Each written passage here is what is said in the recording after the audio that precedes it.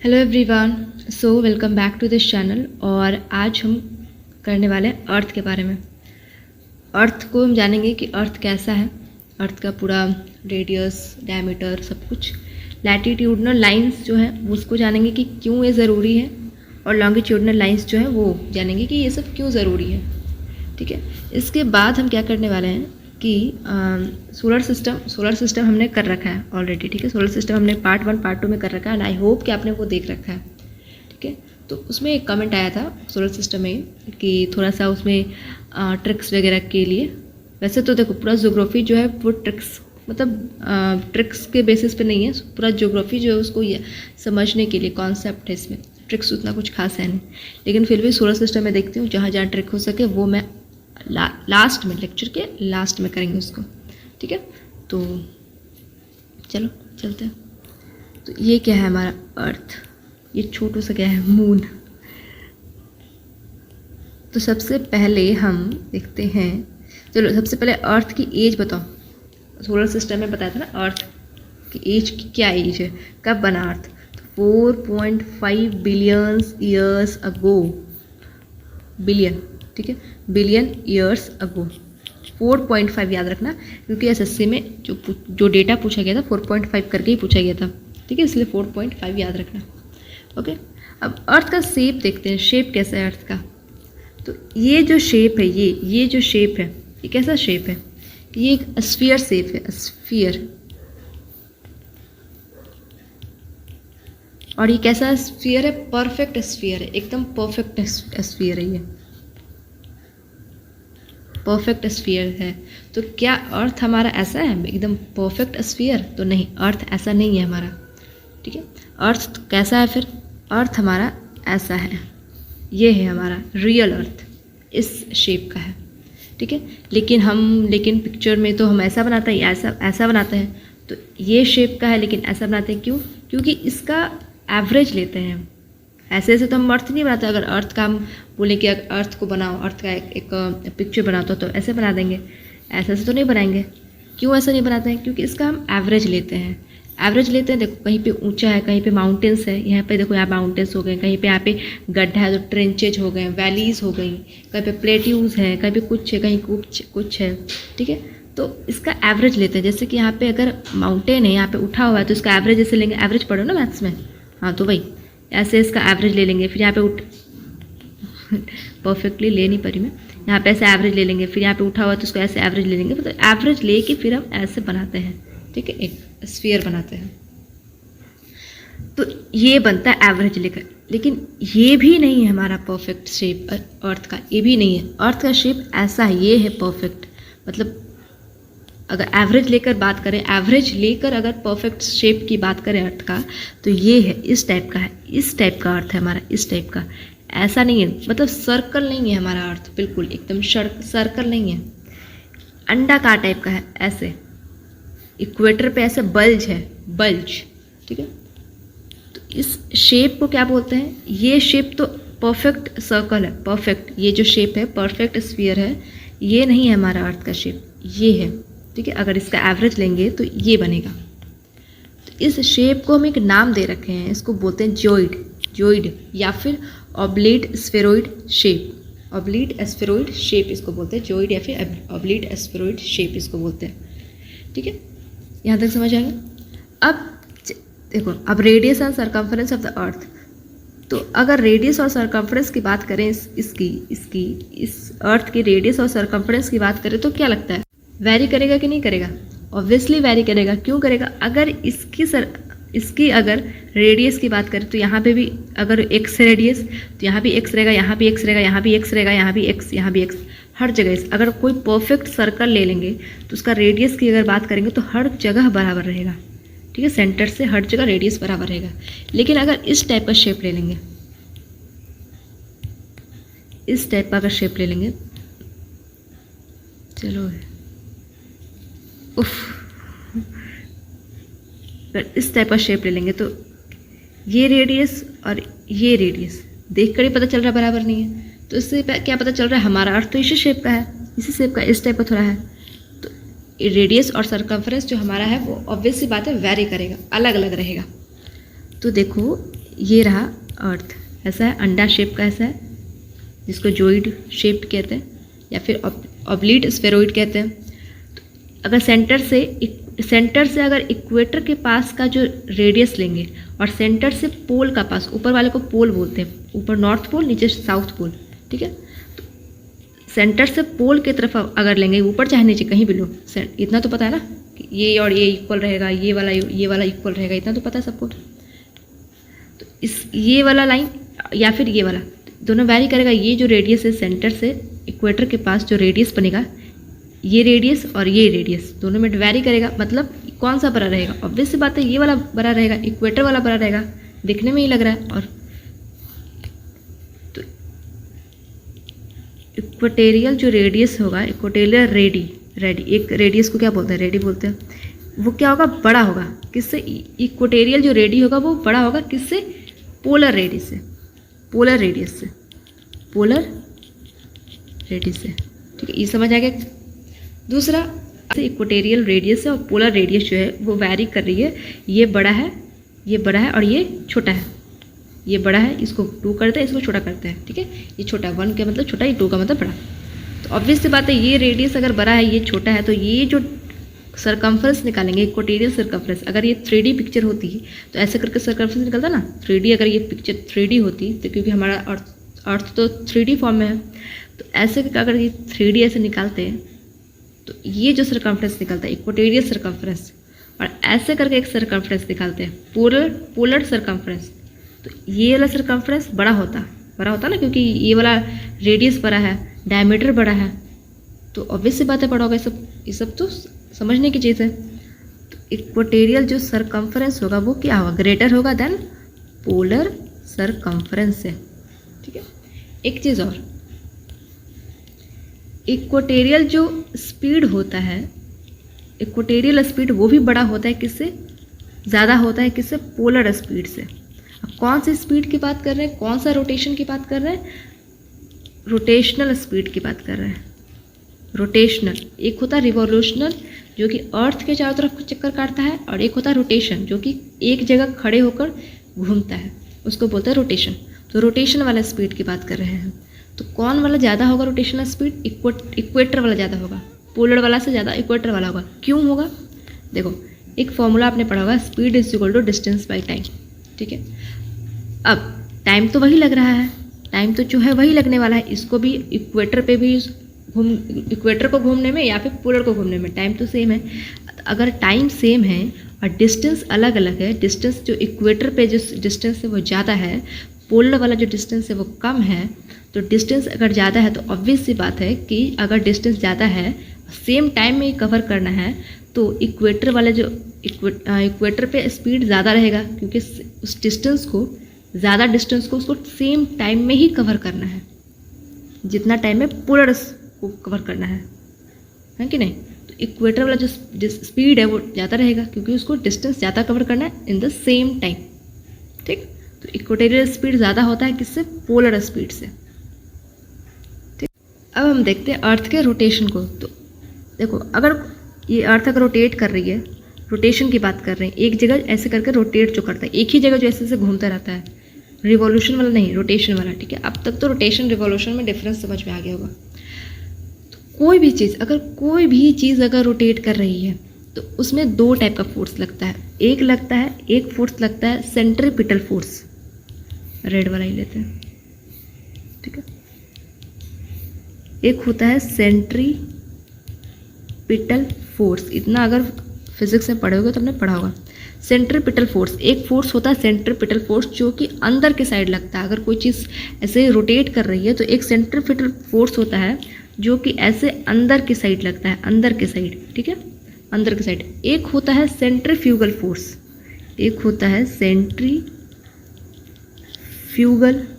Force जो कि बाहर के साइड लगता है, और ये दोनों एक ही टाइम पे लगते हैं। मतलब अगर कोई चीज़ घूम रही है तो एक ही टाइम पे सेंट्रीपिटल फोर्स भी उस पर लगेगा और एक ही टाइम पे सेंट्रीफ्यूगल फोर्स भी लगेगा, दोनों एक ही साथ लगते हैं, एक ही टाइम पे, ठीक है। कोई घूमता है चीज़ तभी ये रोटेट करता है, तभी ये दोनों फोर्स लगते हैं। तो ये दोनों का मैग्नीट्यूड इक्वल होता है, बराबर होता है। फ़र्क कितना है, क्या है कि डायरेक्शन का फ़र्क है, सेंट्रीपिटल फोर्स अंदर की ओर लग रहा है, सेंट्रीफ्यूगल फोर्स बाहर की ओर लग रहा है। सेंट्रीपिटल जो फोर्स है वो तो रियल फोर्स है, लेकिन सेंट्रीफ्यूगल फोर्स जो वो क्या है, एक फिक्शियस फोर्स है।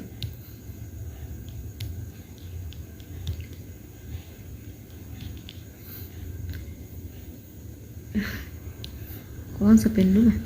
एक फिक्शियस फोर्स है। फिक्शियस फोर्स का मतलब क्या होता है कि रियल फोर्स नहीं है, इमेजिनरी फोर्स है।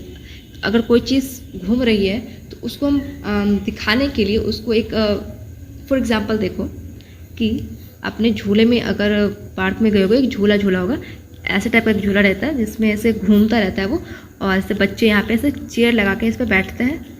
एक तो आपने ये वाला झूला होगा, ये जो ऐसा ऊपर से नीचे जा रहा है, एक तो ये वाला। लेकिन छोटे बच्चों का यहाँ पे ऐसा रहता है, इस टाइप का, यहाँ पे सब चेयर पे ऐसे बैठे रहते हैं और उसको ऐसे गोल गोल घुमाया जाता है, ऐसे डिस्क की तरह, ठीक है। तो उसमें आपने देखा होगा कि जो बच्चे ऐसे जब घूमता है वो, तो जो बच्चे होते हैं बाहर की तरफ थोड़ा सा वो, मतलब बाहर की तरफ वो थोड़ा सा उनका फोर्स लगता है कि जैसे वो बाहर फेंका रहे हैं, इस टाइप का।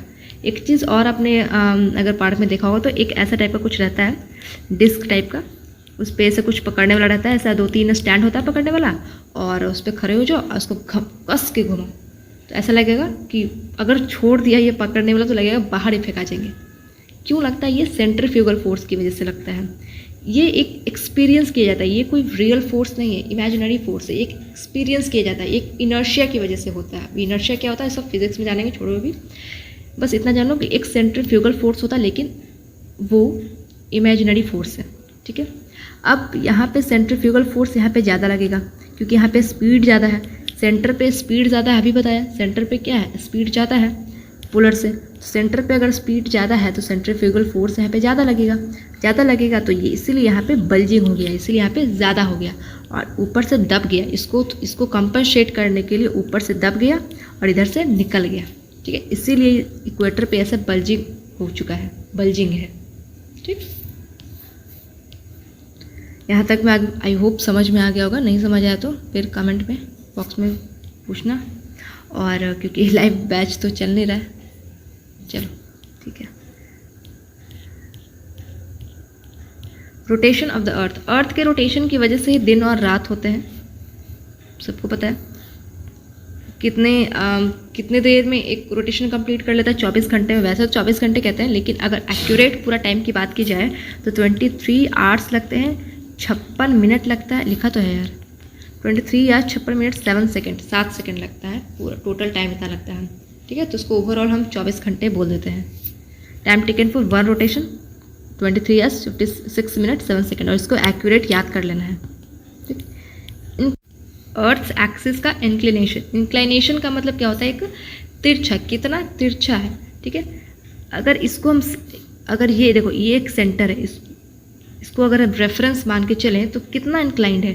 अगर अर्थ अगर मानो कि ऐसा होता बिल्कुल एकदम सीधा, बिल्कुल इंक्लाइंड नहीं होता, तो ये होता हमारा एक्सिस, लेकिन हमारा एक्सिस ये है क्योंकि अर्थ इंक्लाइंड है थोड़ा सा कितना इंक्लाइंड है?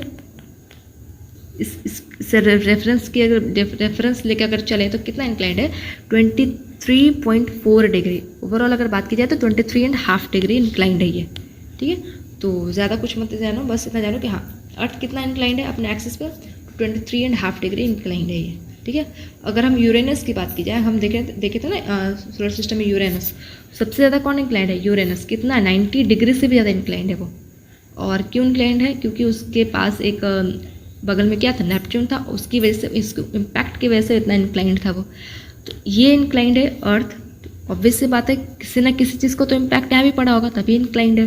तो ऐसा कुछ दिया हुआ नहीं है कहीं पे कि किस वजह से इंक्लाइंड है, लेकिन अगर मानना जाए तो कहीं कभी ना कभी यहाँ पे एक एस्टेरॉइड आया था, तो उसकी इम्पैक्ट की वजह से अर्थ थोड़ा सा इंक्लाइंड हो गया 23.5 डिग्री, वो इंक्लाइंड थोड़ा सा झुक गया है, वो तिरछा हो गया है वो।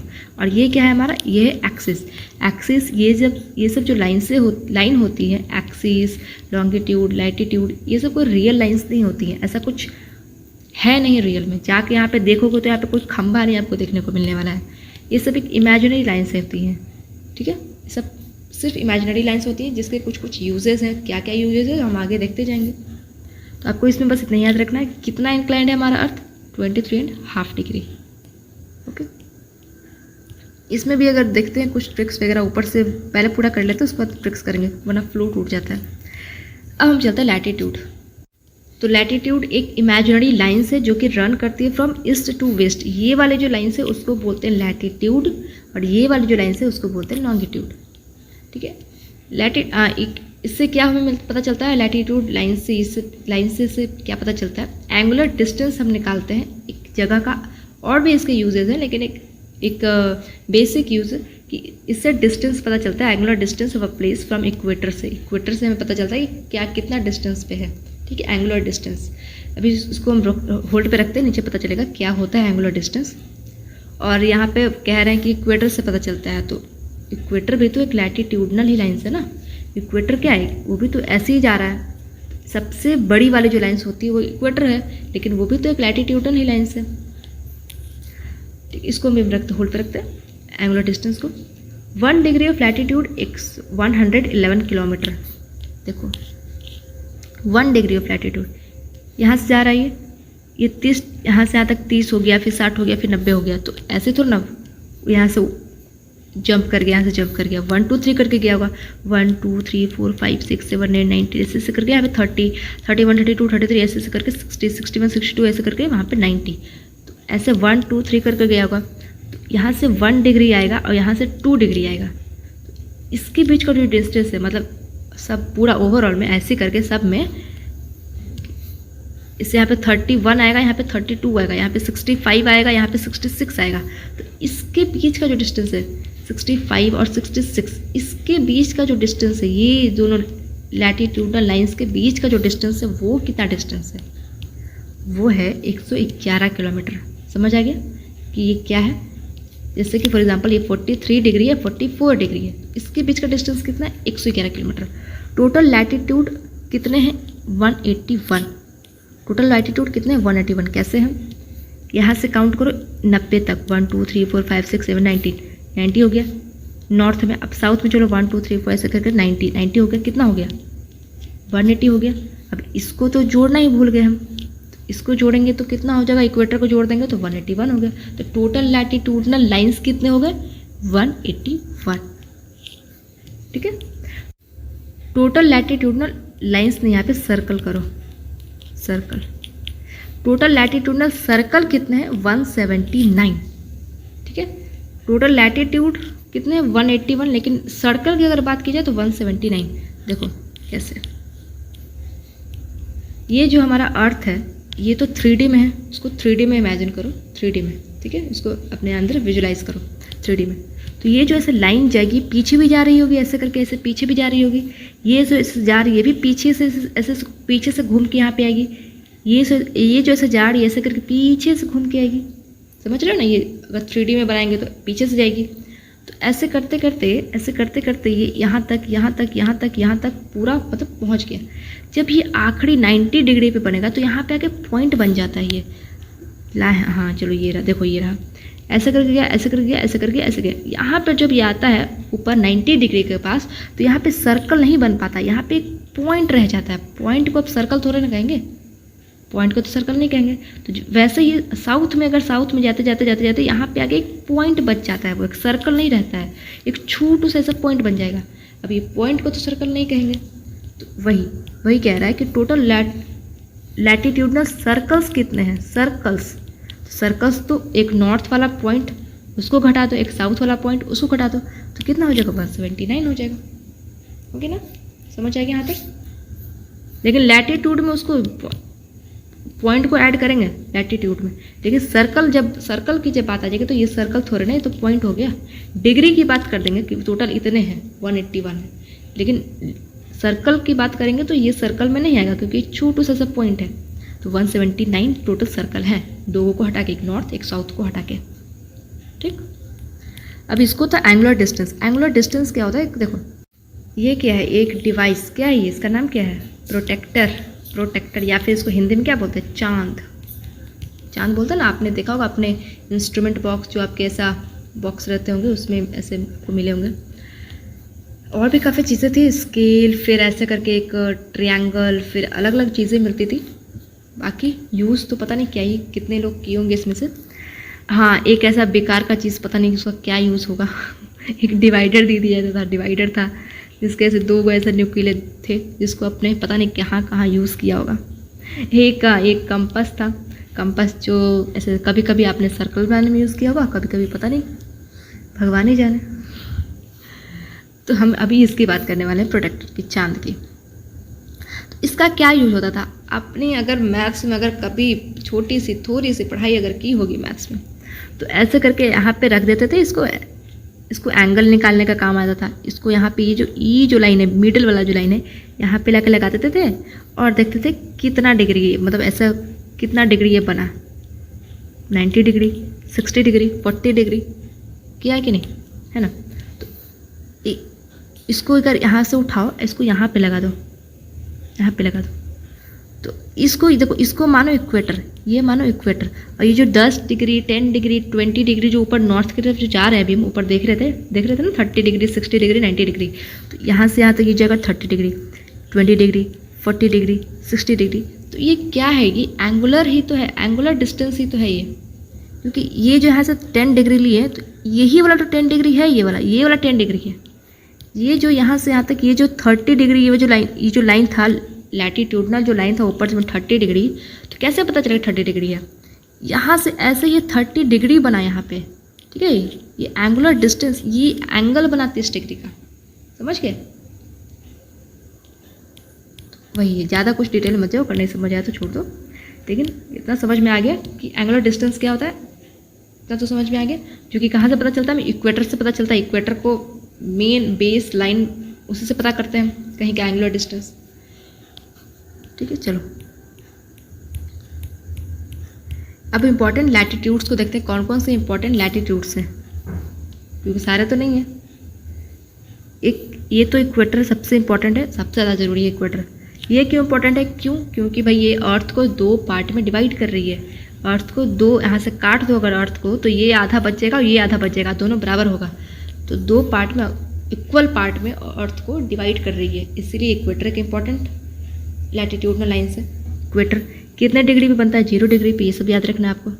इसके ऊपर जाएंगे तो ऐसे 90 डिग्री बन जाएगा, इसके ऊपर नीचे जाएंगे तो ऐसे 90 डिग्री बन जाएगा। 90 डिग्री ऊपर नॉर्थ, 90 डिग्री साउथ। अब ये नॉर्थ और साउथ क्यों कहते हैं, तो ये भी हम देखेंगे, क्योंकि ये जब इक्वेटर ऐसे जब बीच से गुजरती है तो ऊपर वाले को बोलते हैं नॉर्दर्न हेमिस्फीयर, 2 भाग में बांट देती है अर्थ को।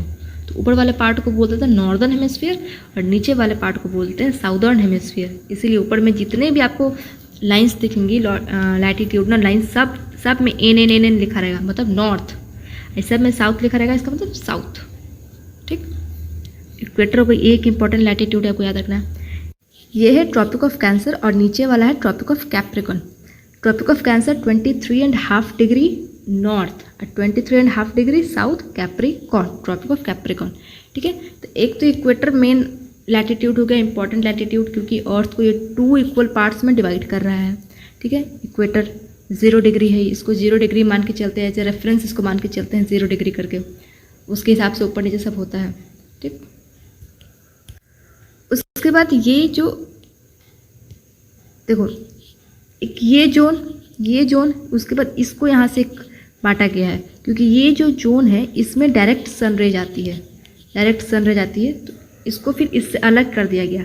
कौन से लाइन से अलग किया गया? ट्रॉपिक ऑफ कैंसर से। ट्रॉपिक ऑफ कैंसर यहाँ तक जो है, ट्रॉपिक ऑफ कैंसर के अंडर यहाँ तक जितने भी एरियाज आते हैं, यहाँ पे डायरेक्ट सनरेज आता है, ठीक है। और इसके ऊपर ट्रॉपिक ऑफ कैंसर के ऊपर ट्रॉपिक ऑफ कैप्रिकॉन के इधर नीचे वाले एरिया में यहाँ पे डायरेक्ट सनरेज नहीं आते, इसलिए यहाँ पे एक यहाँ पे इसको डिवाइड किया गया है 23.5 डिग्री नॉर्थ, 23.5 डिग्री साउथ के beyond, 23.5 degree north and 23.5 degree south के बियॉन्ड डायरेक्ट सनरेज नहीं आते हैं, ठीक।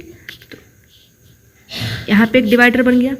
उसके बाद ये 66.5 डिग्री नॉर्थ, 66.5 डिग्री साउथ, ये क्यों किया गया? क्योंकि ये जो एरिया है ये फ्रिजिड जोन है, मतलब यहाँ पे 6 महीने रात, 6 महीने दिन होती है। एक यहाँ पे डिवाइडर हो गया, यहाँ पे एक डिवाइड कर रहा है 63.5 डिग्री नॉर्थ में और 63.5 degree south.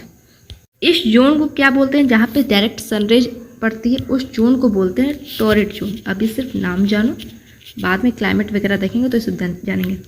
Torrid zone, double लगा दिया, सिंगल, ठीक है।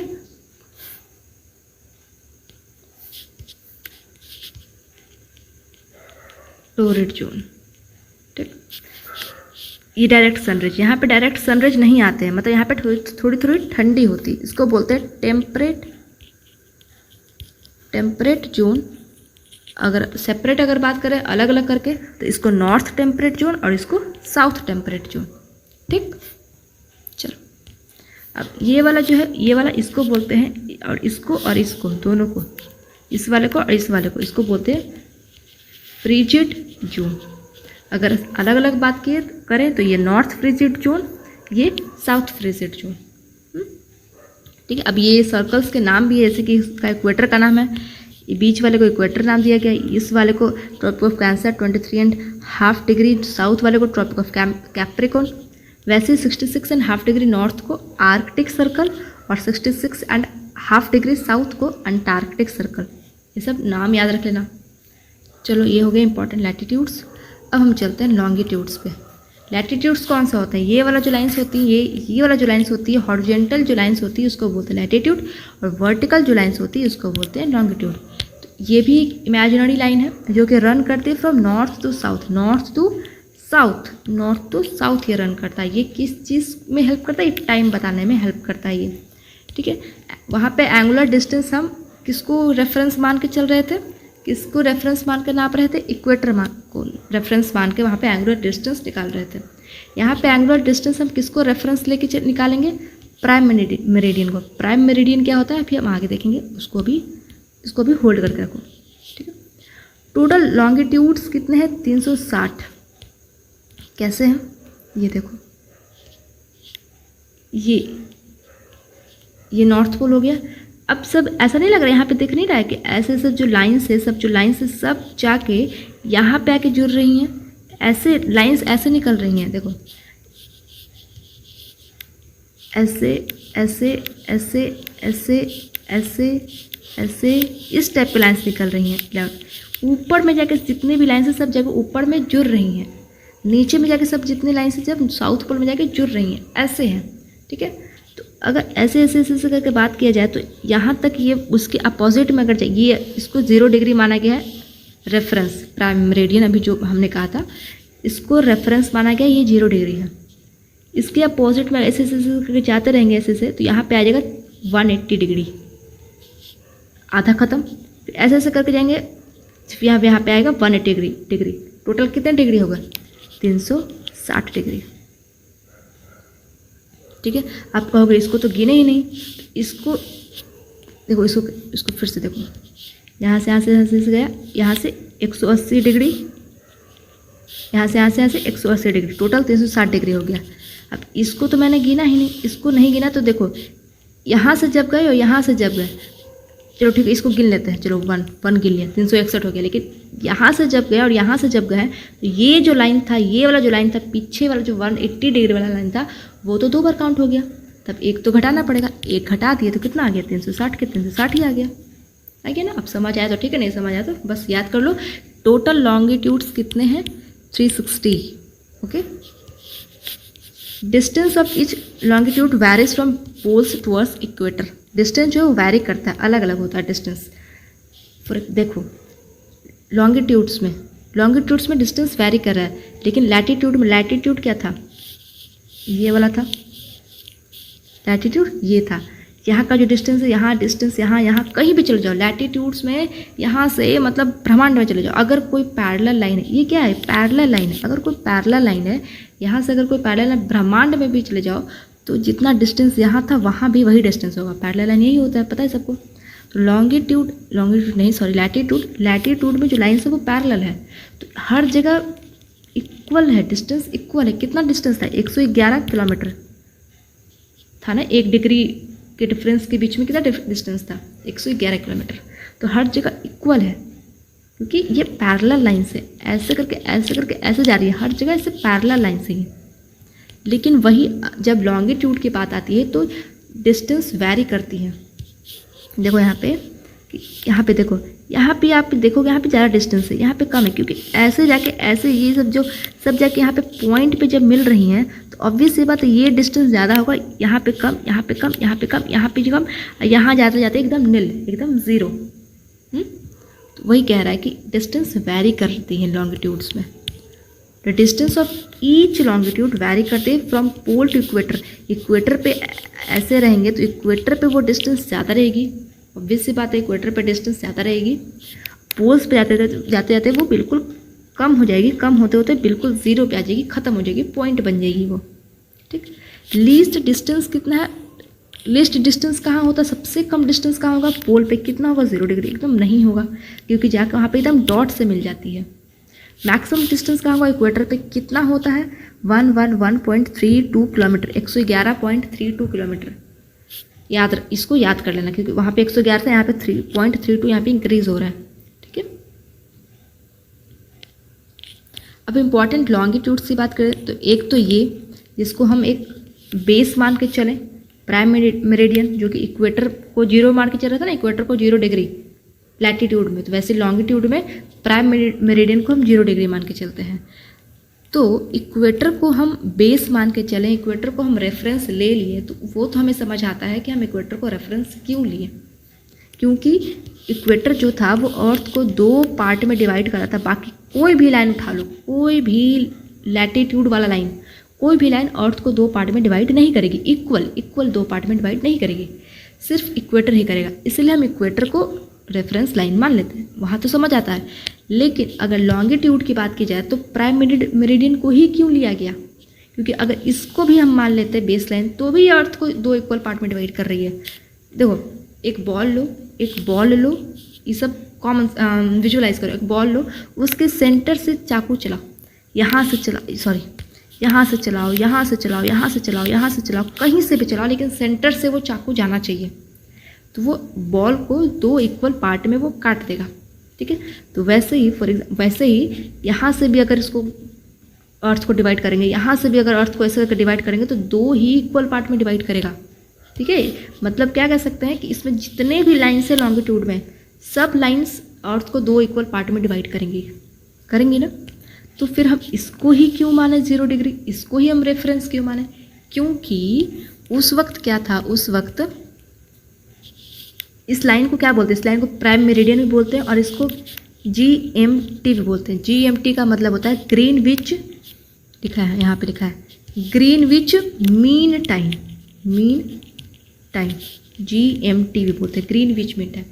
तो सेम प्राइम मेरिडियन और ग्रीनविच मीन टाइम एक ही है। तो हम ये जो ग्रीनविच मीन टाइम या फिर प्राइम मेरिडियन, ये जो लाइन है, इसी को हम रेफरेंस क्यों माने? क्योंकि उस वक्त, जिस वक्त ये सब कुछ हो रहा था, जिस वक्त ये सब कुछ लाइन को रेफरेंस मानना था, उस वक्त क्या था कि ग्रीनविच नाम का एक लैबोरेटरी था लंदन में। ग्रीनविच नाम का एक लैबोरेटरी था लंदन में, और उस वक्त लंदन का मतलब बहुत ऐसा दबदबा था। तो फिर कहा कि ठीक है, लंदन को ही, मतलब लंदन से ही एक लाइन गुजार देते हैं, क्योंकि उस वक्त लंदन का एकदम दबदबा था, उस वक्त पूरे देश में लंदन जो था स्ट्रांग था। तो इसीलिए लंदन ने क्या करा कि बोला कि हम अपने यहाँ से ही बनाते हैं, हम अपने यहाँ के ही लाइन को क्या करते हैं, रेफरेंस लाइन मान लेते हैं। ठीक है, इसी वजह से यहाँ पे इस ग्रीनविच मेरिडियन, जो कि प्राइम मेरिडियन है, इसी को रेफरेंस लाइन मान दिया गया, जो कि वो लंदन से पास करता है। अब ये टोटल 8 कंट्रीज से पास करता है। ठीक है, तो वो 8 कंट्रीज़ कौन कौन से हैं? 8 कंट्रीज़ आपको इंपॉर्टेंट याद रखना, नाम आपको उतना इंपॉर्टेंट नहीं है, लेकिन फिर भी अगर पूछ ले तो ट्रिक से याद करा देते हैं। जैसे कि BSF गेम है, चलो पर नहीं, BSF game in Togo kingdom. BSF game हो रहा है, कहाँ हो रहा है? टोगो किंगडम में। ठीक है, B से हो जाएगा क्या? Burkina Faso. S से हो जाएगा क्या? स्पेन। F से हो जाएगा फ्रांस। G से हो जाएगा घाना। A से हो जाएगा अल्जीरिया। M से हो जाएगा माली। E से कुछ भी नहीं है, सिर्फ E से कुछ भी नहीं है, और इन से कुछ भी नहीं है, इन से। ठीक है, T से हो जाएगा, T से कहाँ गया? टोगो, पूरा टोगो से हो जाएगा टोगो। ठीक है, और किंगडम, K से क्या बच गया? यूके से किंगडम, वैसे भी किंगडम राजा ऐसा वाला कर लेना, ठीक। बाकी सब खत्म। BSF game in Togo kingdom, इससे ट्रिक से ये टोटल 8 कंट्रीज का नाम याद कर लेना, और 8 तो इंपॉर्टेंट याद कर लेना कि 8 टोटल कंट्रीज हैं, ठीक है। और इसको प्राइम मेरिडियन और Greenwich meridian, Greenwich mean time, मतलब सब इसी को कहते हैं, ठीक है। चलो, एक हमने वो देख लिया, एक इम्पॉर्टेंट लॉन्गिट्यूडनल लाइन्स में, एक तो प्राइम मेरिडियन देख लिया जिसका सेम ना Greenwich mean time, Greenwich meridian उसका नाम है। दूसरा कौन सा लाइन है, इंटरनेशनल डेट लाइन, जो कि 180 डिग्री मेरिडियन पे है, 180 डिग्री पे है, ठीक है। अब इसको समझने से पहले कि इंटरनेशनल डेट लाइन ये क्यों, ये इसको रखना ज़रूरी था, इसको क्यों रखना पड़ा, इसको देखने से पहले थोड़ा सा हम देखते हैं कि लॉन्गिट्यूडनल जो लाइन्स है उसका यूज़ क्या है, उसके बाद ही समझ आएगा ये। तो उसका यूज़ क्या है, यहाँ पे देखो, यहाँ पे मैंने लिखा था, यहाँ पे इसको टाइम निकालने में इसका यूज़ क्या है, इसको इससे टाइम पता चलता है, इससे टाइम निकालते हैं। कैसे निकालते हैं, देखो, अर्थ जो है वो रोटेट करती है पूरा 300, ऐसे 360 है ना, लॉन्गिट्यूड हमारा कितना 360 डिग्री, पूरा ऐसे रोटेट करेगी, पूरा 360 डिग्री रोटेट करती है, कितने घंटे में, 24 घंटे में। पूरा ऐसे रोटेट कर देगी तो 360 डिग्री हो जाता है, पता ही सबको। कितने घंटे में रोटेट करती है, 24 घंटे में करती है ना। अब 360 डिग्री, थोड़ा सा यहाँ पे मैथ्स लगाऊंगी मैं, 360 डिग्री वो 24 घंटे में रोटेट कर रही है। अरे यार, 24 घंटे में 360 डिग्री वो रोटेट कर रही है, ठीक है। तो एक घंटे में वो कितने डिग्री रोटेट करेगी, 360/24 कितना हुआ, 15 डिग्री वो रोटेट करेगी। एक घंटे में वो कितना रोटेट करेगी, 15 डिग्री। 24 को 360 से डिवाइड करेंगे तो 15 आएगा ना। अब इसी को सेम वाइस वर्सा इसको ऐसे भी लिख सकते हैं कि 15 डिग्री वो रोटेट कर रही है कितने घंटे में, एक घंटे में, ठीक। तो एक डिग्री वो कितने देर में रोटेट करेगी, एक डिग्री वो कितने देर में रोटेट करेगी, तो एक घंटे को 60 मिनट में कन्वर्ट करो, 60 मिनट बाई 15, 15 चौके 60, तो 4 मिनट में, मतलब एक डिग्री वो 4 मिनट में रोटेट करेगी। पूरा चीज़ वहीं लिखा, यही चीज़ पूरा लिखा हुआ है। अर्थ कितना डिग्री रोटेट करती है, पूरा एक चक्कर लगा लेगी तो 360 डिग्री, कितने देर में, 24 घंटे में। डिस्टेंस रोटेटेड बाय अर्थ इन एक घंटे में वो कितना रोटेट कर रही थी, उसको डिवाइड करेंगे तो 15 डिग्री रोटेट कर रही थी। इसी को उल्टा लिख दो, 15 डिग्री रोटेट कर रही एक घंटे में, ठीक है। तो एक डिग्री कितने में रोटेट कर रही थी, 4 मिनट में। समझ आ रहा है क्या यहाँ पे हो रहा है? जो नहीं समझ आ रहा तो उसको खुद से कॉपी में इसको खुद से करो, 24 ऐसा करके खुद से करो तो अच्छा फिर लगेगा। अरे हाँ, मतलब अभी सब कुछ कन्फ्यूजन लग रहा होगा, क्या है। कॉपी में खुद से करो, 360 24 डिवाइड करो, फिर ऐसे करो, पलटो, समझ में आ जाएगा। तो एक डिग्री उसको चक्कर लगाने में कितना टाइम लग रहा है, 4 मिनट लग रहा है, ठीक है। Moving each 15 degree towards east of prime meridian increase the time by 1 hour. क्या लिखा हुआ है कि प्राइम मेरिडियन जो कि हम रेफरेंस लाइन मान रहे हैं, जो कि 0 डिग्री जिसको मानते हैं, उससे अगर 15 डिग्री अगर इधर जाएंगे तो उसका टाइम क्या, एक घंटा इंक्रीज होता रहेगा। 15 डिग्री इधर जाते रहेंगे तो एक घंटा वो इंक्रीज होता रहेगा। सेम चीज़ यहीं पे वो लिखा हुआ था, यहीं पे वो लिख दिए। यहाँ पे इंक्रीज क्यों हो रहा है, क्योंकि सन किधर से उगती है, सन उगती है ईस्ट में उगती है, तो जो टाइम है वो बढ़ेगा ना। अगर फॉर एग्जांपल देख लो, ये है प्राइम मेरिडियन, चलो दूसरा निकालती हूँ जो साफ है, चलो ठीक है, ये है प्राइम मेरिडियन, ठीक है। ये ग्रीनविच मेरिडियन 0 डिग्री है, ठीक है। यहाँ पे ये ले लो, यहाँ पे 30 डिग्री, यहाँ पे मानो कि यहाँ पे मान लो तो 30 डिग्री यहाँ पे है, ठीक है। अब हम बोलेंगे कि यहाँ पे 9 बजे हैं सुबह के यहाँ पे 9 बजे हो गए, तो यहाँ कितने बजे रहेंगे? अभी क्या बताया, डिग्री बताओ कितना डिग्री का डिफरेंस है, 30 डिग्री का डिफरेंस है। 15 डिग्री में कितने घंटे होते हैं, 1 घंटे। 15 डिग्री घूमता है कितने देर में, 1 घंटे में। तो 30 डिग्री कितने देर में घूमेगा, 2 घंटे घूमेंगे ना। और ईस्ट की तरफ जा रहा है, प्राइम मेरिडियन से अगर ईस्ट की तरफ जाएंगे तो टाइम क्या बढ़ रहा है। क्यों बढ़ रहा है, क्योंकि अर्थ सॉरी सन ईस्ट की तरफ उगती है तो जल्दी सुबह कहाँ होगा, ईस्ट में होगा। तो टाइम कहाँ जल्दी जल्दी भाग जाएगा, ईस्ट में। तो अगर यहाँ 9 बजा है तो यहाँ कितना बजा होगा, 2 घंटे का डिफरेंस था ना, तो इधर जाके इंक्रीज होता है ना। इधर 9 बजा तो कितना बजा होगा, 11 इधर बज गया होगा। इधर जल्दी सुबह हो जाएगी ना, इधर जल्दी टाइम इधर सुबह हो जाएगी क्योंकि इधर सन ईस्ट की तरफ उगता है, तो इधर 11 बजा होगा। तो वही चीज़ यहाँ पे लिखा हुआ है कि 15 डिग्री अगर इधर बढ़ते जाएंगे, हर 15 डिग्री इधर बढ़ते जाएंगे तो हर 15 डिग्री पे 1-1 घंटा बढ़ता जाएगा। ठीक, अगर सेम उल्टा कर देंगे कि 15 डिग्री अगर प्राइम मेरिडियन से ईस्ट नहीं बल्कि वेस्ट की तरफ जाएंगे तो 1-1 घंटा क्या होगा, घटता चला जाएगा। ठीक, अगर वही सेम एग्जांपल अगर यहाँ पे लिए तो यहाँ पे ये क्या हो गया, ये प्राइम मेरिडियन हो गया, 0 डिग्री यहाँ पे हो गया। अगर यहाँ पे 30 डिग्री है और इधर की ओर जाना है तो अगर यहाँ पे 9 बजे हैं, अगर यहाँ पे 9 बजे हैं तो यहाँ पे कितना बजा होगा, कितना बजा होगा, 7 बजा होगा, है कि नहीं, 7 बजा होगा इधर। ठीक, इससे पहले एक चीज़ और करो कि उसके बाद ये इंटरनेशनल डेटलाइन बताएंगे। इससे पहले एक चीज़ और करो कि फॉर जगह है क्या, हाँ चलो देखो एक क्वेश्चन लिखो। अगर इफ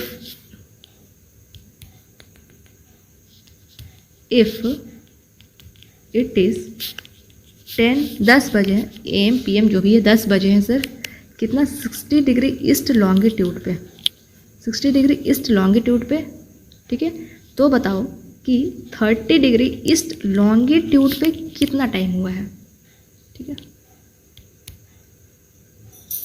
ये है 0 डिग्री प्राइम मेरिडियन। ठीक है, ये है 60 डिग्री ईस्ट और ये है 30 डिग्री ईस्ट।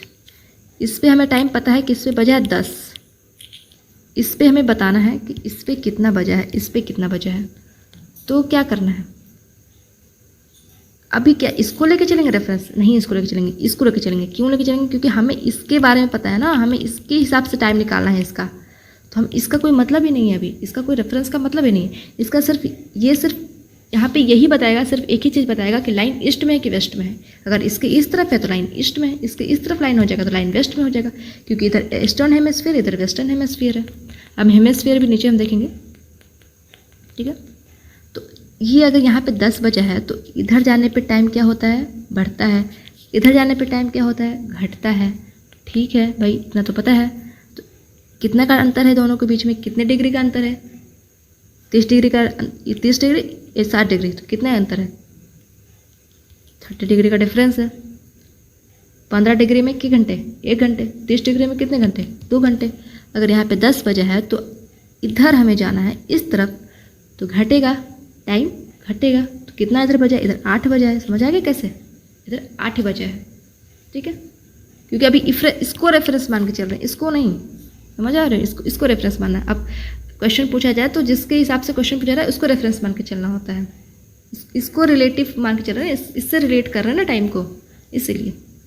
अगर फर्दर इधर आएंगे कि बताओ प्राइम मेरिडियन की जो लोकेशन है वहाँ पे कितना बजा है, तो कितना डिफरेंस है, 30 डिग्री है। तो फिर इधर आ जाओ। अब इधर आने पे क्या होता है, इधर आने पे टाइम घटता है। जितना ईस्ट के तरफ से दूर जाओगे, जितना ईस्ट के तरफ से दूर जाओगे उतना टाइम घटेगा। ठीक है, तो कितना 30 डिग्री का डिफरेंस है, 30 डिग्री में कितने घंटे, 2 घंटे। तो इधर कितना बजेगा, 6 बजेगा। इधर कितना बजेगा, 0 डिग्री पे 6 बज जाएगा। अब अगर मानो कि यहाँ पे एक लाइन है, ये भी 30 डिग्री पे है, और 30 डिग्री क्या है, ये वेस्ट में है, क्योंकि प्राइम मेरिडियन के वेस्ट वाले जितने भी लाइन्स होते हैं उसको वेस्टर्न हेमिस्फीयर में जितने भी लाइन्स होंगे उसको वेस्ट बोलेंगे। 30 degree west, 30 degree 40 degree west, क्योंकि वेस्टर्न हेमिस्फीयर में है। तो बताओ यहाँ पे कितना टाइम हुआ होगा। तो सेम अब इसको रेफरेंस मान के चलेंगे। ठीक है, इसको भी मान सकते हो, कहीं से भी मान सकते हो। यहाँ से पता करोगे तो यहाँ इतना का डिफरेंस निकालना पड़ेगा तुम्हें, कितना डिग्री का डिफरेंस है, किसी को भी रेफरेंस मान के चल सकते हो। ठीक है, तो यहाँ अगर 6 बजे हैं तो यहाँ कितने बजे होंगे, इधर जाना है ना, वेस्ट की तरफ जाना है ना, ईस्ट से दूर होना है, वेस्ट की तरफ जाना है। कितने डिग्री का डिफरेंस है, 30 डिग्री का डिफरेंस है। 30 डिग्री का डिफरेंस है तो क्या होगा, यहाँ 6 बजे तो कितना बजेगा, यहाँ 4 बजेगा, सुबह के 4 बजे होंगे वहाँ। ठीक, यहाँ तक आई होप यहाँ तक समझ आएगा। पूरा कचपच हो गया है लेकिन फिर भी मैंने ट्राई किया है समझाने का। इसको अगर नहीं समझ आया तो इसको फिर से इसको पॉज करना, इसको फिर से इसको जो भी क्वेश्चन मैंने लिखा उसको सोचना, लिखना, ठीक है, समझ आ जाएगा। उतना भी हार्ड नहीं है। चलो,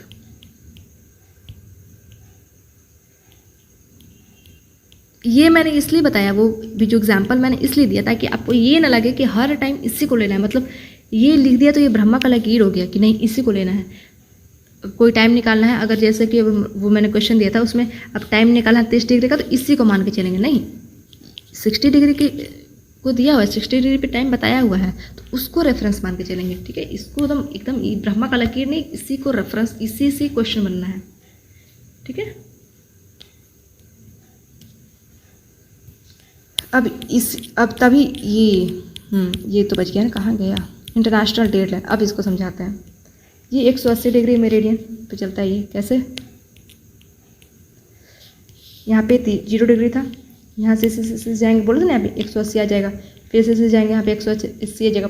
पूरा टोटल कितना बनता है, 360 बनता है। तो इसके जस्ट जो अपोजिट वाला लाइन है उसी को बोलते हैं, उसी को हम बोलते हैं इंटरनेशनल डेट लाइन। अब इसकी ज़रूरत क्यों पड़ी? इसकी ज़रूरत इसलिए पड़ी क्योंकि इसलिए ज़रूरत पड़ी इंटरनेशनल डेट लाइन की, क्योंकि देखो ध्यान से समझना, यहाँ से ऐसे करके यहाँ पे से कितना है 180 डिग्री है, यहाँ से 180 डिग्री है। ठीक है, यहाँ से कितना डिग्री है, 180 डिग्री है। 15 डिग्री में 15 डिग्री कितने घंटे, 1 घंटे। 180 डिग्री का कितने घंटे, 12 घंटे। 12 घंटे हुए ना। यहाँ कितने का डिफरेंस है, 12 घंटे का डिफरेंस। यहाँ से भी इधर जाएंगे तो कितने का डिफरेंस हो जाएगा, 12 घंटे का डिफरेंस। टोटल कितने घंटे का डिफरेंस हो गया, 24 घंटे का डिफरेंस। मतलब अगर कोई पर्सन यहाँ से अगर यहाँ जा रहा है और यहाँ चला गया है तो उसको अपना डेट ही बदलना पड़ जाएगा। तो जैसे कि अभी ऊपर से अब जो भी एग्जांपल अभी हम दिए हैं, तो 10 बजे उधर 10 बज रहा था, इधर 6 बज रहा था। मतलब अभी तक में हम सिर्फ टाइम बढ़ा घटा रहे थे कि इधर 10 बजता तो इधर 6 बज जाता है, ऐसे कर रहे थे। लेकिन अगर अपोजिट में चले जाएंगे, प्राइम मेरिडियन के एकदम अपोजिट वाले जगह पे अगर कोई चला गया तो उसको अपना डेट ही चेंज करना पड़ जाएगा। ठीक है, तो अगर कोई पर्सन यहाँ रहता है, अगर थोड़ा सा भी इधर आया वो, उसको अपना डेट बदल देना पड़ेगा। थोड़ा सा भी यहाँ से आया उधर, मतलब इंटरनेशनल डेट लाइन से थोड़ा सा भी इधर आया वो, उसको अपना डेट चेंज करना पड़ जाएगा। समझ आ गया? क्योंकि ये 12 घंटे, यहाँ पे 12 घंटे, टोटल 24 घंटे का डिफरेंस यहाँ पे बन रहा था। यहाँ पे 24 घंटे, 1 दिन का डिफरेंस बन रहा है यहाँ पे। तो अब इसीलिए इंटरनेशनल डेट लाइन। अब इंटरनेशनल डेट लाइन जो है, अब किधर डेट बढ़ेगा तो किधर ज़्यादा होगा, किधर कम होगा, ये भी है। तो देखो, अगर इधर 2 जुलाई रहेगा तो इधर कितना रहेगा, 1 जुलाई इधर रहेगा, 1 जुलाई। क्योंकि अभी बताया कि इधर 12 घंटे, इधर 12 घंटे का डिफरेंस बन के पूरा यहाँ पे 24 घंटे का डिफरेंस बन जाता है। ठीक है, और इसलिए इसको बोलते हैं इंटरनेशनल डेट लाइन, इसको बोलते हैं। ठीक है, इसलिए यहाँ पे इंटरनेशनल पूरा 1 दिन का अंतर पड़ जाता है, इसीलिए इसको डेट लाइन बोलते हैं। तो अगर यहाँ पे 2 जुलाई हुई तो यहाँ पे 1 जुलाई हो जाएगा। ठीक है, अब इसको क्या बोलते हैं, इस चीज़ को क्वेश्चन यही बनता है कि इस चीज़ को क्या बोलते हैं ऐसे, इसको डे गेन कब होता है, डे लॉस कब होता है ऐसे। तो इसको बोलते हैं डे गेन, डे गेन। ठीक है, डे गेन क्यों बोलते हैं, क्योंकि यहाँ पे 2 है, यहाँ पे 1 है, तो घट रहा है। तो देखो यहाँ पे बच्चे कि यहाँ पे डे गेन कैसे हो रहा है। ये जो पर्सन है, ये जो यहाँ पे जो लोग हैं, ये 2 जुलाई जी चुके हैं, ये 2 जुलाई जी चुके हैं। इनको अभी 2 जुलाई जीना बाकी है, इनके पास 1 दिन और है जीने के लिए। 1 दिन और जिएंगे तब इनका 2 जुलाई आएगा। तो क्या हुआ, इनका डे गेन हो गया। लेकिन अगर डेट की बात की जाए, डेट, तो डेट लॉस हो गया, क्योंकि यहाँ पे 2 है, यहाँ पे 1 है। नंबर्स तो कम हो गए ना, यहाँ पे 2 जुलाई है, डेट में कमी हो गई। डेट यहाँ पे 2 है, यहाँ पे 1 ही डेट है, डेट तारीख, यहाँ पे 2 जुलाई, यहाँ पे तारीख हो गया, यहाँ पे 1 ही जुलाई तारीख हुआ है।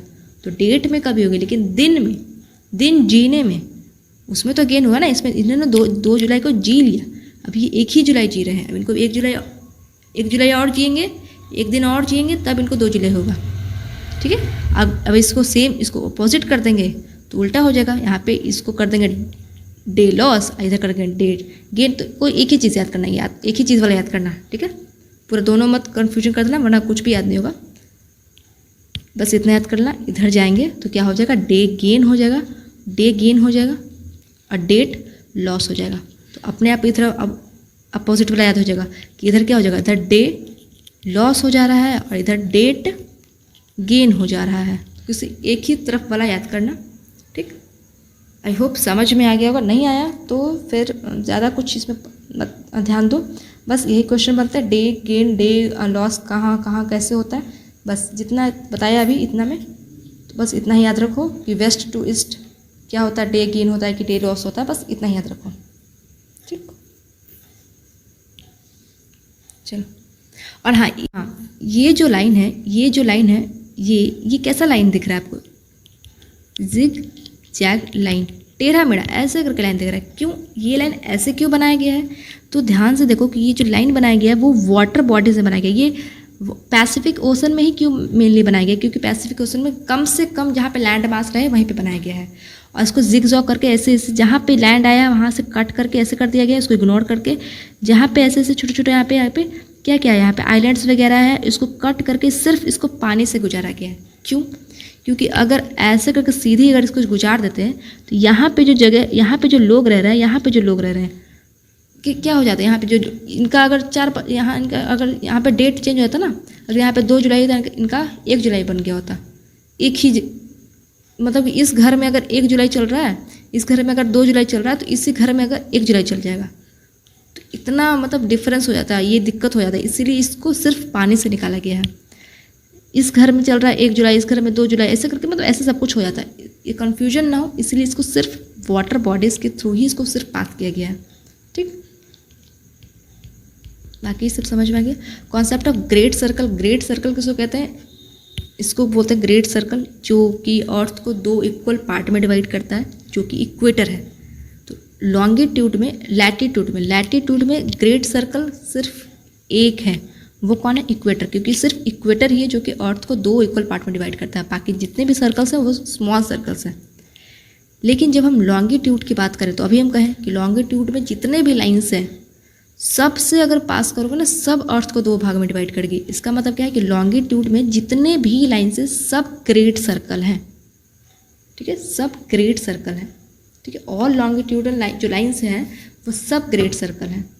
लेकिन वही लैटिट्यूड में करें तो सिर्फ एक ही ग्रेट सर्कल है, वो है इक्वेटर, क्योंकि वही सिर्फ अर्थ को 2 इक्वल पार्ट में डिवाइड कर रही है, ठीक। ग्रिड क्या होता है, ये लैटिट्यूड और लॉन्गिट्यूड बन के जो ऐसे बनाते हैं, तो ये जो बनता है इसी को ग्रिड बोलते हैं, बस इतना ही, ग्रिड इसी को बोलते हैं।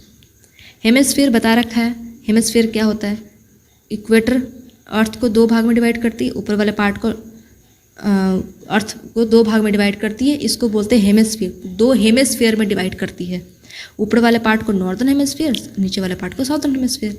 सेम प्राइम मेरिडियन जो है वो 0 डिग्री पे जो है प्राइम मेरिडियन, जो जिसको ग्रीनविच मीन टाइम कहते हैं, तो ये भी अर्थ को 2 भाग में डिवाइड करती है, जिसको कि हेमिस्फीयर कहते हैं। इधर वाले पार्ट को वेस्टर्न हेमिस्फीयर, इधर वाले पार्ट को ईस्टर्न हेमिस्फीयर, ठीक है। रिवॉल्यूशन क्या होता है, अभी हमने रोटेशन, इतना देर से हमने क्या देखा था, रोटेशन देख रखा था, अब हम देखते हैं रिवॉल्यूशन क्या होता है। एक सेकेंड, प्राइम मेरिडियन, एक तो प्राइम मेरिडियन भी अर्थ को 2 पार्ट में डिवाइड करती है, और इंटरनेशनल डेट लाइन भी उधर से जो इसके अपोजिट जस्ट जो है वो भी अर्थ को 2 पार्ट में डिवाइड करती है, ठीक है। ग्लोबली अगर बात करें तो ऐसे तो सारे लाइन्स डिवाइड करेंगे, लेकिन अगर ग्लोबली अगर जिसको मान, जिसको रेफरेंस मान के चलते हैं, जिसको मान मिला हुआ है, तो वह यही दोनों लाइन्स हैं, ठीक। रिवॉल्यूशन क्या होता है, रिवॉल्यूशन जो कि सन के चारों तरफ जो चक्कर लगाता है उसको बोलते हैं रिवॉल्यूशन।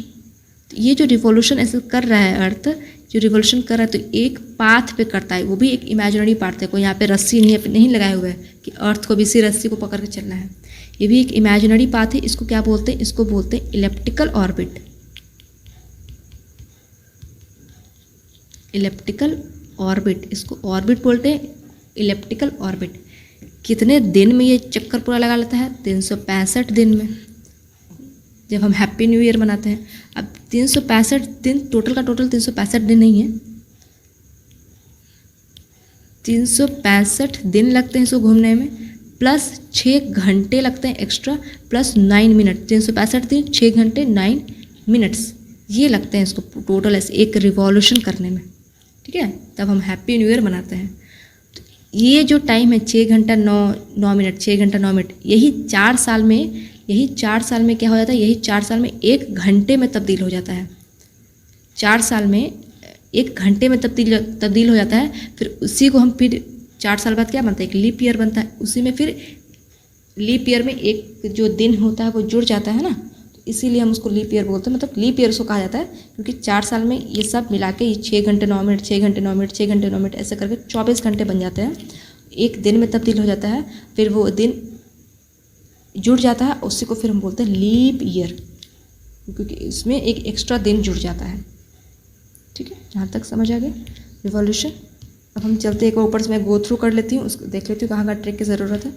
उसके बाद में चलो पॉज करती हूँ, ऊपर से मैं गो थ्रू करती हूँ। ओके, ये सब की तो ज़रूरत नहीं है। ठीक है, शेप वगैरह याद कर लेना, डे एंड नाइट ये सब होता है, सब तो कॉमन सेंस से पता होगा। और इंक्लिनेशन 23.5 डिग्री, ये सब चीज़ तो पढ़े होगे बचपन में, ये सब चीज़ तो पता ही होगा। इसके लिए क्या 111 डिग्री कितना सिंपल है, ये याद हो जाएगा। ये सब चीज़ तो मैंने करवा ही दिया पूरा कॉन्सेप्ट के थ्रू, कैसे इसको निकालना है 181 179, तो ठीक है, ये सब चीज़ें तो कॉन्सेप्ट के थ्रू हो जाएंगी। इसको नाम याद रखना, नाम भी याद हो जाएगा, कैंसर, कैप्रिकॉर्न, ये सब तो पता होगा। कैंसर जो हमारे इंडिया से गुजरता है, ठीक है, ये भी वही, ये भी सब समझने वाला सिर्फ है। चलो इसमें कुछ भी नहीं, हाँ इसके लिए जो ट्रिक था वो बता ही दिया। इसमें जिगजॉ लाइन इसको देख के याद हो जाएगा। ठीक है, हाँ ये जो है इसको तो भाई इसको कॉपी पेन में से निकालना। हाँ आपको तो कॉपी पेन निकालने की ज़रूरत भी नहीं है, CGL स्टूडेंट जो होंगे। और बाकी इसमें ट्रिक की ज़रूरत नहीं है ना। चलो हाँ, सोलर सिस्टम को मैंने कहा था कि उसमें कुछ ट्रिक की ज़रूरत अगर है तो देखती हूँ, मैं उस PDF में जाती हूँ। ठीक है, तब तक इसको वीडियो को पॉज करती हूँ, उस PDF में जाती हूँ, फिर ऊपर से गो थ्रू करूँगी, जहाँ जहाँ ट्रिक की ज़रूरत होगी वहाँ पे करते जाएंगे। चलो यहाँ पे आते हैं, ये सोलर सिस्टम पे है। कॉस्मोलॉजी ये सब चीज़ तो पता होगा। ठीक है, ईयर्स वगैरह खुद से करना है। ईयर्स वगैरह में क्या याद करवा सकती हूँ मैं, कैसे याद करोगे? यूनिवर्स किसका, यूनिवर्स किसी का नहीं होता, तेरा ना मेरा, ऐसा कुछ कर सकते हो, न तेरा है न मेरा, ऐसा यूनिवर्स। बिग बैंग थ्योरी याद करवा दिया था, बिग बैंग कैसे होता है, जो बिग बैंग करके याद करवाया था। हॉले याद करवाया था। इसको कैसे याद करोगे, हबल से कर लो। बबल्स जो होता है ऐसे छोटे छोटे ऐसे एक्सपैंड होते हैं, फिर फट जाते हैं, वो बबल है ना, क्या बोलते हैं उसको, सरफ, ये सब चीज़ें बच्चे सब बबल्स बनाते हैं, तो उससे याद कर सकते हो कैसा छोटे छोटे ऐसा बड़ा बनता है, फट जाता है। मिल्की वे गैलेक्सी, एंड्रोमेडा, फिर इसको लेमन से मैंने याद करवाया था, अमीबा, लेमन। ठीक है, solar system, solar 4 same type का लग रहा है ना, सोलर 4 4.8 4 2 8 ऐसा, या फिर 4 इम्पॉर्टेंट 4 करके 4 प्लैनेट करके पढ़े थे, तो 4 8 प्लैनेट ऐसा कर कुछ याद कर सकते हो। ठीक है, ये सब जो ईयर्स हैं इसको थोड़ा सा मतलब ध्यान में रख लेना। वैसे इसको मैंने करवा दी था बचपन याद करवाया था मैंने बचपन में, कि है ना, सेलेस्टियल बॉडीज़ में तो इसमें तो कुछ है नहीं, इसमें सब कुछ पता ही होगा। सन, ये सब हाइड्रोजन, हीलियम। ठीक है, इसको कैसे 8 मिनट, ये सब तो पता ही होगा। 8 मिनट कैसे याद कर सकते हैं अगर याद नहीं हो तो, कि 8 बजे स्कूल जाते हो ना सब बचपन में कितने बजे स्कूल जाते थे? 8 बजे। तो ऐसे 8 बजे स्कूल जाते थे, क्योंकि जैसे सन आया वैसे 8 बजे स्कूल जाते थे। ठीक है, 8 बजे घंटी लगी, 8:20 में प्रेयर हुआ है, मतलब ऐसे करके थोड़ा सा ध्यान रख सकते हो। ठीक है, फिर टेम्परेचर, सरफेस 58, ये सब तो थोड़ा सा मतलब याद कर लेना। मरकरी में क्लोजेस्ट, स्मॉलेस्ट, ये सब चीज़ तो ठीक है, ये सब चीज़ तो पता ही होगा। रोटेशन, रिवॉल्यूशन, इसमें रिवॉल्यूशन इंपॉर्टेंट है क्योंकि सबसे फास्टेस्ट रिवॉल्यूशन किसका है? मरकरी का है। तो इसको कैसे याद करेंगे कि मेरे पास कुछ अजीबोगरीब ट्रिक हैं इससे अच्छा मेरे को मिल नहीं रहा था, और कुछ अच्छा मिले तो आप नीचे कमेंट बॉक्स में बताना। ठीक है, तो इसको कैसे याद करोगे? देखो इतने भी नंबर्स हैं, उसमें सबसे स्लिम ट्रिम नंबर कौन है? 1 के अलावा कौन है? 8 है। कैसे? देखो 8 ऐसे, मतलब एक आवर ग्लास बॉडी फिगर जो होता है एकदम स्लिम ट्रिम ऐसा टाइप का, उस टाइप का नहीं है 8 है कि नहीं? तो जब से स्लिम ट्रिम 8 है, दोनों स्लिम ट्रिम ही है, तो जितना स्लिम ट्रिम रहोगे तो जल्दी दौड़ोगे कि नहीं दौड़ोगे हैं? अगर कोई ऐसा गोल रहेगा तो नहीं दौड़ पाएगा। जितना स्लिम ट्रिम जितना, ठीक है, उतना जल्दी दौड़ जाओगे, है ना। यहाँ पे कुछ मैं यहाँ पे सिर्फ मैं याद करवा रही हूँ, ओके। इसके अलावा कुछ भी आप रिलेट ना करें। तो इसको से ऐसे याद करोगे, इस स्लिम ट्रिम में जल्दी जल्दी जल्दी भाग गई, 88 याद हो जाएगा ऐसे, ठीक है। मैंने इतना बोला ना, याद हो जाएगा। वेनस में तो स्लोएस्ट है इसका, तो इसका तो इम्पॉर्टेंट है 257, 57। हाँ, इसको ऐसे ऐसे याद कर सकते हो, 57। तो इसका संतान हुआ तो गया, मतलब संतान होगा तो उसको, मतलब बच्चे होंगे, संतान होगा तो मैं जाऊँगा, मतलब ऐसे थोड़ा सा कर सकते हो। तो उसको बहुत टाइम लग गया, तो 257 ऐसे याद कर सकते हो, 57 से। और कुछ तो आ नहीं गया 57 से, और कुछ तो ले नहीं सकते ना, तो ये लेना पड़ेगा। कोई उपाय कोई है नहीं कुछ इसके अलावा कोई ऑप्शन। 7 से भी ले सकते हो, कोई मतलब 7 से कैसे लोगे यार, तो 3 लोग को 7 नहीं 57 ठीक है। फिर संतान को लेके गया तो मतलब ऐसे करके, ठीक है। 95 ये सब चीज़ तो ठीक है, सब चीज़ तो याद होगा। अर्थ के लिए तो कोई ज़रूरत है नहीं, ठीक है, अर्थ तो सबको पता है। रेडियस वगैरह याद कर लेना, कैसे याद करोगे, इसको याद कर लेना। इसमें क्या मैं बताऊँ, 63, 70, ये तो देख से ही लग रहा है 70, 93, 60, 7, 63। हाँ, तो वैसे करके याद हो जाएगा, सब रिलेट हो जाएगा। मार्स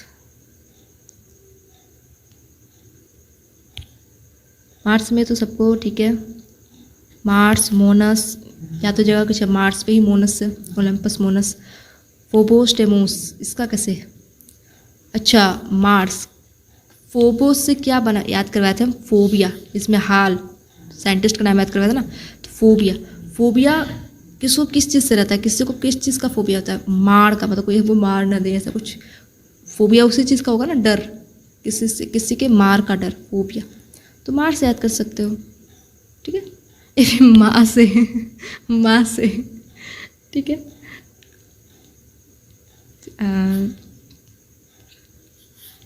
ये हो गया, याद करवा दिया मार में। और जुपिटर में याद करना ज़रूरी है, क्योंकि जुपिटर का कहाँ है रोटेशन, 9 घंटे। इसमें कैसे कर सकते हो कि 9 घंटे इसको सबसे जल्दी घूम रहा है, ये फास्टेस्ट है, सबसे फास्टेस्ट ये घूम रहा है, जल्दी घूम रहा है, ठीक है। सबसे स्लोएस्ट कौन है, वेनस। सबसे फास्टेस्ट जुपिटर। रोटेशन की बात कर रहे हैं, तो कैसे जूप से कर लो जप, भगवान का नाम जपो और जल्दी जल्दी घूमो। घूम रहा है ना, तो जुपिटर कह रहा है चलो भगवान का नाम जपता हूँ, जल्दी जल्दी घूमता हूँ। तो भगवान जूप से कर लो जप, भगवान का नाम जपो और जल्दी जल्दी घूमो, ठीक, याद हो गया। 9 घंटे 55 मिनट लग रहे हैं टोटल, 9 घंटे 55 मिनट, ठीक। हाँ, इसका ये सब, हाँ इसको तो याद करवा था, लो यूरोपा गैनेमेड कैलिस्टो, ऐसे करके, लो यूरोपा गैनेमेड कैलिस्टो, इसको तो याद करवा दिया था ना। इसको तो डायरेक्ट पढ़ते पढ़ते याद हो जाएगा। इसमें सैटर्न में सेकेंड, ठीक है, इसमें कुछ नहीं। हाँ, इसमें least density less than water. Titan इसका largest moon of the Saturn. Titan एक वॉच का नाम है ना, उससे याद कर सकते हो। सैटर्न वॉच की तरह नहीं लग रहा है ऐसे कि यहाँ पे एक लगा लोगे, यहाँ पे लगा लोगे, जैसे वॉच की तरह इसको पहन सकते हो, नहीं लग रहा है ये, तो इसको वॉच से याद कर लेना। सैटर्न में यहाँ पे एक फीता, जो भी कहते हैं उसको, इसको यहाँ पे एक लगा लेना, ठीक है, लेदर का, इसको ऐसा वॉच की तरह पहन लेना, लग रहा है ना, ये वैसे हो जाएगा। और वॉच पहन के कहाँ जा रहे हो, कैसीनो जा रहे हो, तो कैसीनी याद कर लेना। कैसीनी कहाँ है, सैटर्न में है, ठीक।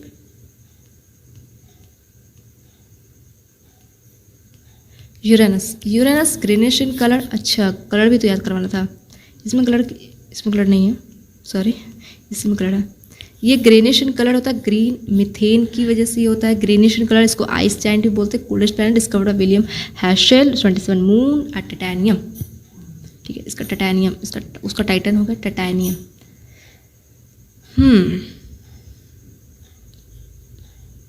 टाइटेनियम में थोड़ा सा टाइटैनिक लेके याद कर सकते हो, टाइटैनिक।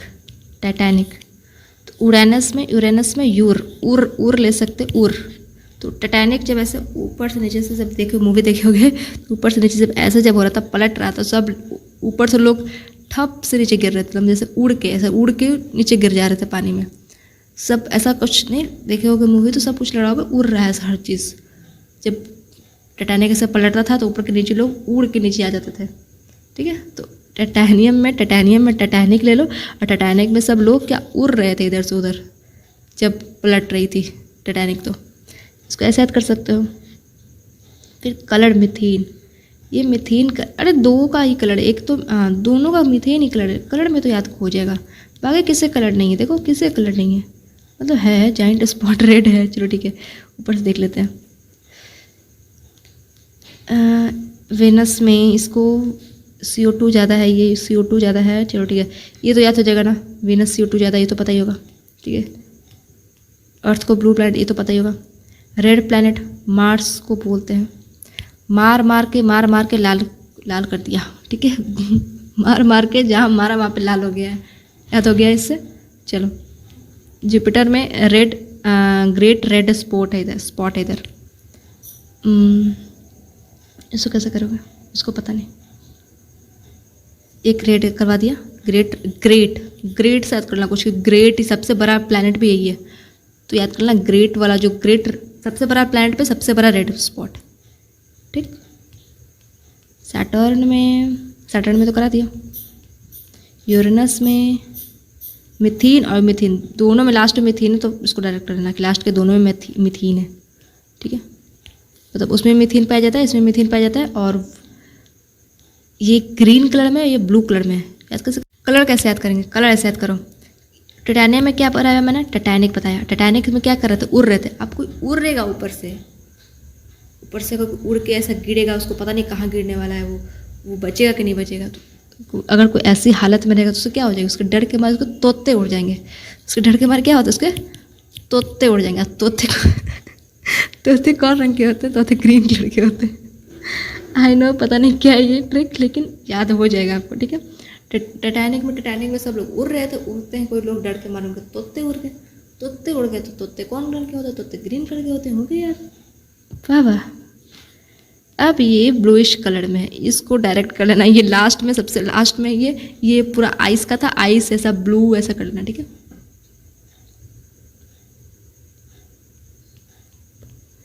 ये डार्विन। चलो ठीक है, ड्वार्फ प्लैनेट्स का नाम। अच्छा ठीक है, इसमें क्या है, इसमें प्लूटो तो पता ही होगा तुम्हें। मेक बेक केक, कुछ चीज़ से भी याद कर लेना। मेक बेक केक केक ऐसा कर, ऐसा केक की तरह नहीं लग रहा है ये, ब्राउनीज ऐसा केक। और ह्यूमा कुरैशी वैसे टॉल एक्ट्रेस है, लेकिन फिर भी उनको डॉफ में रख लेना। ह्यूमा कुरैशी है ना एक्ट्रेस, उनसे याद कर लेना। सिरिस और एरिस। सिरिस ये कहाँ था, ये था एस्टेरॉयड बेल्ट में, सबसे पास वाला था। सिरिस कैसे याद करेंगे, सिरिस हाँ एरिस याद कर सकते हैं। आँखों में जो ये जो आइरिस वाला जो पार्ट होता है आँखों में, उससे याद कर सकते हैं। दोनों उसी से याद कर लेना। ठीक है, और ये कैसे याद करोगे, ये पास में, तो इसमें सी से स्टार्ट हुआ। सी पहले आता है कि ई पहले आता है, सी आता है पहले, तो पास में कौन हुआ, सी वाला हुआ। ठीक, बाकी सब हो गया। अब हम ख़त्म। प्लूटो चारों, इसमें तो याद करवा दिया था। कॉन्स्टलेशन में करा दिया था, इसमें सब करा दिया था। चलो तो चलो यहाँ पे एंड करते हैं। आई होप सब कुछ यहाँ पे क्लियर हो गया होगा। इसके अलावा भी अगर कुछ ऐसा हो कि यहीं पे ट्रिक्स की ज़रूरत थी, तो नीचे आप लोग इतने सारे लोग देखते हो, कोई ना किसी के माइंड में तो कुछ ना कुछ ट्रिक तो आता ही होगा। नीचे कमेंट बॉक्स में बोल देना, मैं उसको पिन कर दूँगी, लोगों की हेल्प हो जाएगी।